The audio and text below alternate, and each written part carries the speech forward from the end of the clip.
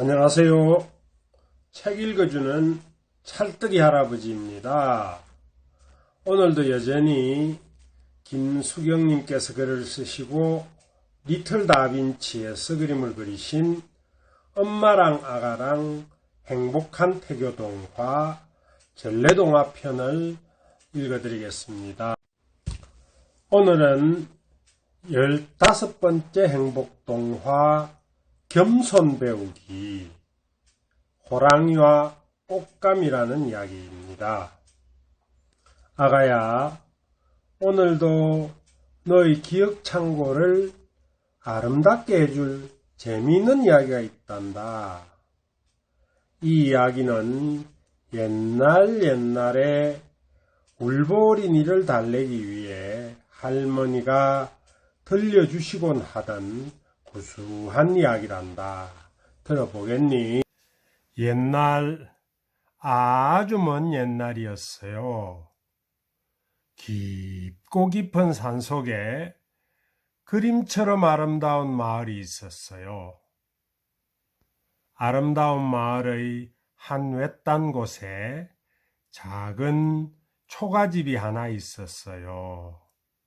그 작은 초가집에는 엄마와 아들, 단 2 식구가 외롭게 살고 있었답니다. 아들은 아직 나이가 어리고 눈망울이 초롱초롱한 예쁜 귀염둥이였지요. 그런데 그 깊고 깊은 외딴 산골짜기에는 무서운 호랑이도 살고 있었어요.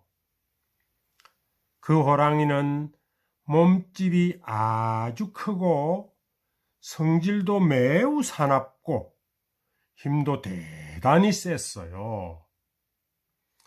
호랑이가 한번 울부짖으면 깊은 산골짜기와 높은 산이 흔들흔들하였죠.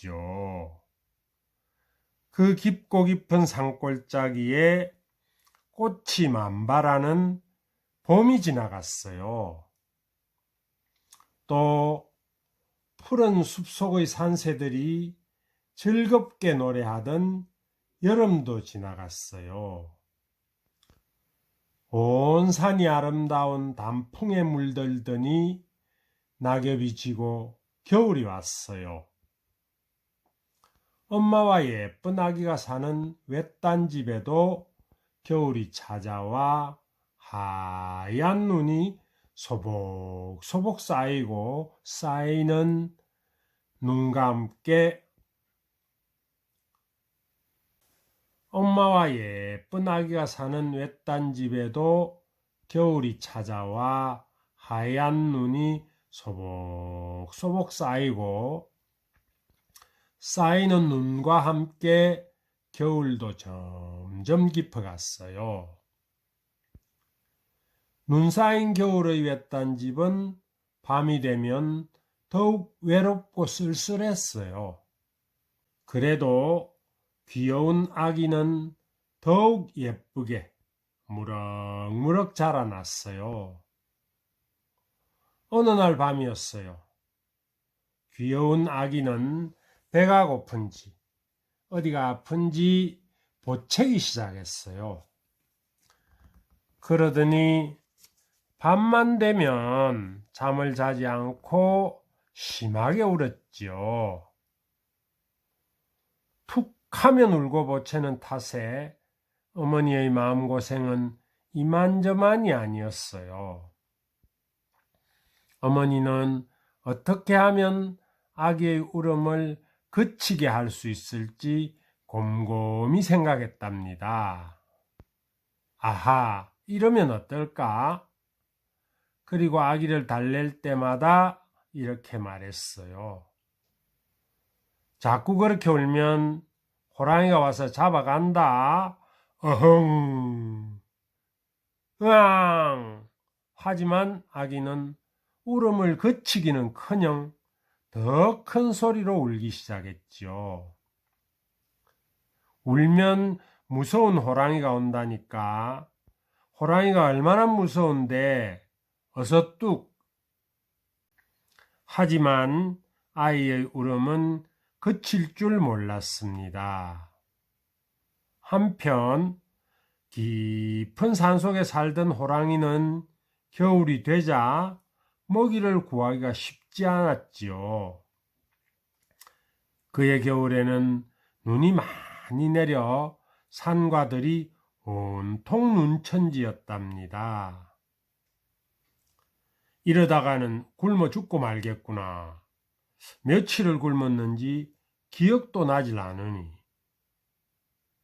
먹이를 찾아 이리저리 헤매던 호랑이는 배가 고파서 거의 쓰러질 지경이었어요.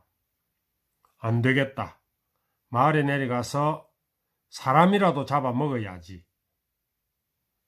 호랑이는 먹이를 구하기 위해 냉큼 마을로 내려갔지요. 그리고 가장 먼저 도착한 곳이 바로 울보아기네 집이었어요. 그날도 울보아기네 집에서는 울음소리가 끊이질 않았어요. 으앙, 으앙. 호랑이는 아이가 왜 우는지 궁금했어요. 무슨 일로 저렇게 우는 거지? 호랑이는 방 안에서 들려오는 소리를 듣기 위해 귀를 쫑긋 세웠어요. 방 안에서는 아이의 어머니가 열심히 아이를 달래고 있었지요. 그러나 아무리 달래도 아이가 울음을 그치지 않았답니다. 저기 보렴, 창가에 늑대가 왔네. 아유, 무서워라. 그래도 아이의 울음은 계속되었습니다. 으앙, 으앙, 엉엉. 이제는 어머니도 지칠 대로 지쳤어요. 어머나, 문 밖에 무서운 호랑이가 왔네. 자꾸 울면 호랑이가 잡아간단다. 호랑이는 자기 이름을 부르는 것을 듣고는 깜짝 놀라 저도 모르게 한 걸음 뒤로 물러섰어요. 그러다가 어머니가 아이를 달래기 위해 괜히 해본 말이라는 것을 곧 알게 되었지요. 그런데 자존심 상하게 이게 웬일일까요?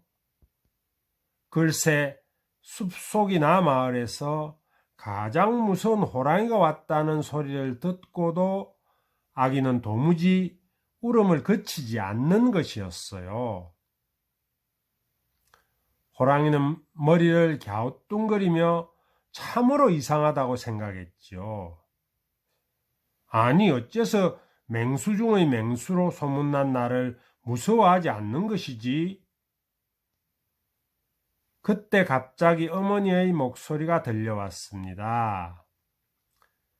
여기 곶감이 있다. 곶감. 그러니 울음을 그치려무나. 곶감이라고? 곶감이 뭐지? 그런데 곶감이라는 소리를 듣자 아이가 울음을 뚝 그치는 게 아니겠어요? 호랑이는 무척 놀랄 수밖에 없었지요. 호랑이는 생각했어요. 도대체 곶감이 누구이기에 그렇게 울며 보채던 아이가 울음을 뚝 그치는 거지? 아니 그렇다면 곶감이라는 놈이 나보다 더 무서운 게 분명해. 안 되겠다. 여기 있다가는 곶감이라는 놈에게 순식간에 잡아먹힐지도 모르겠구나. 곶감이 무엇인지 몰랐던 호랑이는 그러마 날 살려라 하고 뒤도 돌아보지 않은 채 산으로 돌아갔답니다. 방 안에서는 아이가 달콤한 곶감을 냠냠 맛있게 먹고 있었지요. 아가야, 어리석은 호랑이는 자신이 제일 무섭고 사나운 동물이라고 생각했는데 곶감을 자기보다 더 무서운 동물로 여기고는 꽁지가 빠지도록 달아나는 모습이 무척 우습지 뭐니? 아가야, 이 이야기처럼 자신이 항상 강하다고 여기며 잘난 척 하다가 패배를 할 수도 있다는 것을 기억해야겠구나. 이어서 이성선 시인의 사랑하는 별 하나라는 시를 읽어드리겠습니다. 사랑하는 별 하나, 이성선. 나도 별과 같은 사람이 될 수 있을까? 외로워 쳐다보면 눈 마주쳐 마음 비춰주는 그런 사람이 될 수 있을까? 나도 꽃이 될 수 있을까? 세상 일이 괴로워 쓸쓸히 밖으로 나서는 날에 가슴에 환히 안기어 눈물 짓듯 웃어주는 하얀 들꽃이 될 수 있을까? 가슴에 사랑하는 별 하나를 갖고 싶다. 외로울 때 부르면 다가오는 별 하나를 갖고 싶다. 마음 어두운 밤 깊을수록 우러러 쳐다보면 반짝이는 그 맑은 눈빛으로 나를 씻어 길을 비추어주는 그런 사람 하나 갖고 싶다.